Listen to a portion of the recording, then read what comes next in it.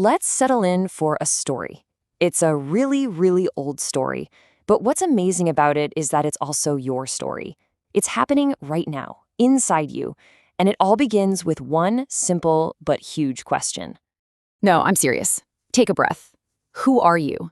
When someone asks you that, what's the first thing that pops into your head? If you're like most of us, your mind just starts flipping through a stack of labels, right? You might say, well, I'm a teacher, or I'm a mom. Or maybe you go a little deeper. Maybe you think about your proudest achievements, or even those struggles you don't talk about much. We almost always answer with what we do or what happens to us. But here's the thing. This is not a new problem. This is the exact same pickle that a great hero named Arjuna found himself in thousands of years ago, standing on a battlefield. Now, the answer Arjuna got is, and I mean this, truly life-changing. We're about to unpack it. But before we do, if exploring these deep questions is your thing, just take a quick second to subscribe to Heart Siddhi.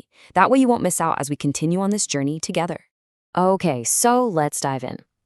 You know that ancient confusion that Arjuna felt? Well, it's kind of become the root cause of a very modern and very exhausting problem. It's why so many of us feel like we're being pulled in a million different directions. I'm willing to bet some of these look pretty familiar. Burnout, anxiety, that feeling of constantly comparing yourself to others. Yep. When we believe I am my job or I am my success, we're basically strapping ourselves onto an emotional roller coaster. Our worth goes up, it goes down. It's absolutely exhausting, and it always leads to burnout. Let's give it a name: identity overload. It's that bone-deep weariness that comes from feeling like you have to be a perfect parent, a superstar employee, a great friend, all at once. It's the fear that if you drop one of those balls, a piece of you will shatter. But what if none of those things were the real you to begin with? And this is where the whole story turns. Arjuna's guide, Krishna, steps in and gives him this incredibly simple yet totally radical secret. It's the key to untangling ourselves from all that chaos, and it's built on two simple ideas.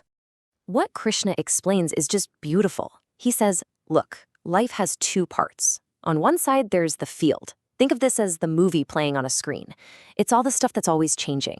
Your thoughts, your emotions, your body, your job, your relationships. It's the whole drama.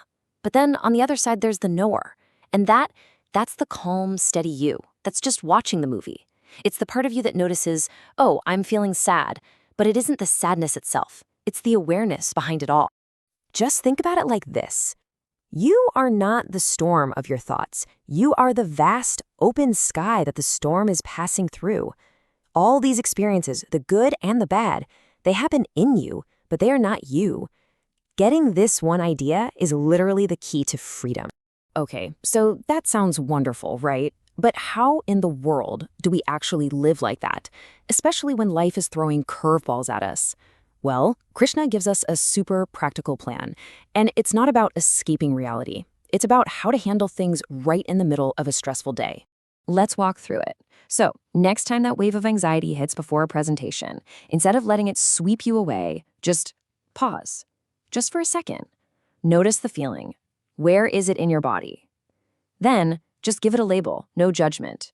Oh, hello, anxiety. And then, here's the magic step. You just gently tell yourself, this feeling is happening in my field, but it's not me. I am the one who knows it's here. See?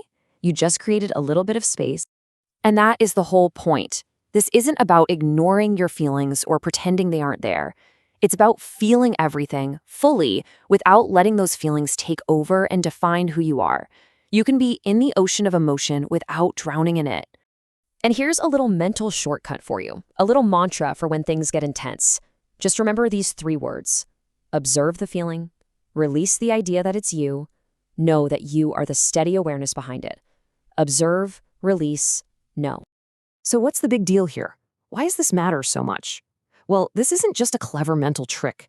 It's a fundamental choice between 2 totally different ways to live your life. On one path, when you're entangled in the field, life is just noisy. Your mind is always chattering, your self-worth is on that roller coaster, and any little bit of criticism feels like a personal attack.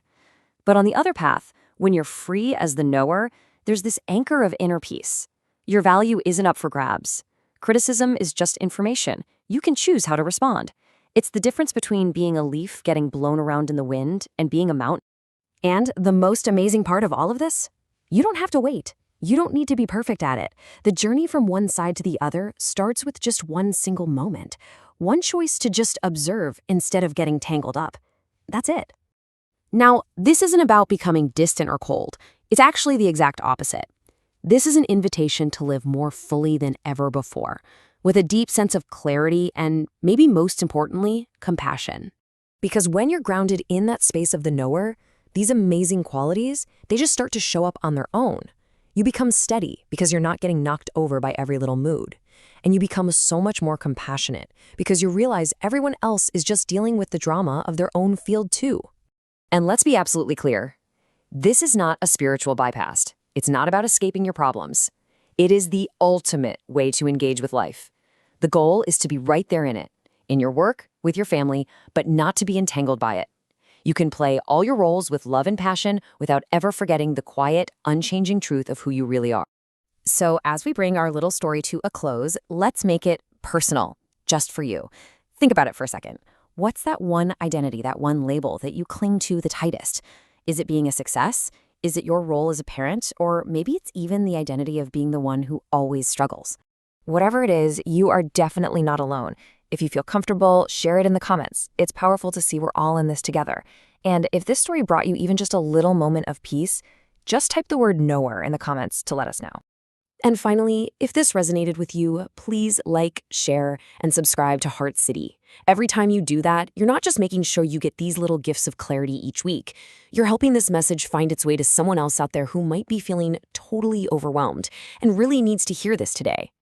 Thank you so much for being here with me. So now that we've laid this incredible groundwork of who we truly are, the next question is, why are we all so different? In our next explainer, we're going to dive into the secret forces that shape our unique personalities. You are not going to want to miss it.